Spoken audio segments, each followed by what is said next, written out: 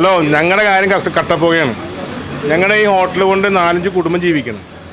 പിന്നെ അതേപോലെ തന്നെ ഒരു അന്യ രാജ്യത്ത് നടക്കുന്ന അന്യ ലോകത്ത് നടക്കുന്ന യുദ്ധത്തോടു കൂടി നമ്മുടെ നാട്ടിൽ ചെറിയൊരു കേരളത്തിൽ അവസ്ഥ ഇതാണെങ്കിൽ വീണ്ടും ഒരു കോവിഡ് വന്ന പോലെ ആയിരിക്കും. ഒരു ലോക്ക്ഡൗൺ പ്രതീക്ഷിക്കുന്ന പോലെയാണ്. അല്ലെങ്കിൽ ജനങ്ങൾ പുറത്തിറങ്ങണില്ല, കട്ടൻ ചായ വെച്ചിട്ട് കട്ടൻ ചായ കൊടുക്കാൻ പറ്റണില്ല. ആകെ പ്രശ്നങ്ങളാണ്. ബാജുവിങ്ങനെ പോയി ഒരു 2-3 ദിവസമായി. ഇവിടെ എന്തെങ്കിലും വന്ന് എന്ന് പറഞ്ഞാൽ പിന്നെ ഓൾറെഡി ഭയങ്കര സംഭവമാണ്. ഗ്യാസ് കിട്ടില്ല എന്ന് പറഞ്ഞപ്പോഴത്തേക്ക് ഓട്ടോമാറ്റിക്കലി എന്തായി, സംഭവങ്ങൾ ടൈറ്റായി. കുറേ ഹോട്ടലൊക്കെ പൂട്ടിപ്പോൾ നമ്മൾ പിടിച്ചിരിക്കുന്നുണ്ടെങ്കിൽ ഞാൻ കുറേ ഐറ്റംസ് കുറച്ചു. കുറയ്ക്കുന്നെങ്കിൽ ചിക്കൻ ഫ്രൈ കൊടുക്കണില്ല, പൊറോട്ട കൊടുക്കണില്ല, അല്ലെങ്കിൽ അത്യാവശ്യം പുട്ട് അങ്ങനെ സാധനങ്ങൾ മാത്രമേ കൊടുക്കണുള്ളൂ.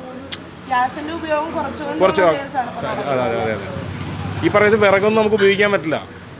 നമുക്കതിന് സക്സസ് അല്ല. അല്ലെങ്കിൽ പണ്ടത്തെ പോലെയല്ല. അല്ലെങ്കിൽ സ്ഥലത്ത് പരിമിതി കുറവ്, പിന്നെ പോകാൻ തൊട്ടടുത്തുള്ള പൊല്യൂഷൻ പ്രശ്നം, ഇതൊക്കെ ഉണ്ടാവും. ഇപ്പോൾ ആൾക്കാർ പറയും വിറക് എത്തിക്കാന്ന് പറയും. നാളെ തൊട്ടടുത്ത് വീട്ടുകാരനോ തൊട്ടടുത്ത കടക്കാരനോ തൊട്ടടുത്ത ഫ്ലാറ്റുകാരനോ ഈ പൊല്യൂഷൻ പ്രശ്നം പറയും, പോകാൻ അങ്ങോട്ട് പോകണമെന്നുണ്ട്. അത് വീണ്ടും വേറൊരു പ്രശ്നമാവും. അവർ തന്നെ ഫുഡ് കിട്ടില്ലെന്ന് പറയും. ലാസ്റ്റ് ഫുഡ് കിട്ടിക്കഴിയുമ്പോൾ നാളെ ഈ വിറകടുപ്പ് അവർക്കൊരു പൊല്യൂഷൻ പ്രശ്നമായിട്ട് മാത്രം മാറും. അങ്ങനെ പ്രശ്നങ്ങളുണ്ട് നമ്മുടെ ടൗണിലല്ലേ. നിലവിലിപ്പോൾ ഇഞ്ചക്ഷൻ കുക്കർ, ഗ്യാസൊക്കെ വെച്ചിട്ട് ഇങ്ങനെ അഡ്ജസ്റ്റ് ചെയ്ത് അങ്ങനെ പോകാൻ തീരുമാനം. അങ്ങനെ പൂട്ടരുത് എന്നെങ്കിൽ നമ്മൾ പൂട്ടിയിട്ടുണ്ടെങ്കിൽ നമ്മൾ തോറ്റു കൊടുക്കാൻ തുല്യമുള്ള തയ്യാറല്ല. അങ്ങനെ തോറ്റെടുത്ത കാര്യമില്ല. അല്ലെങ്കിൽ നമ്മൾ അതിനുള്ളൊരു പരിഹാരം കാണണമല്ലോ.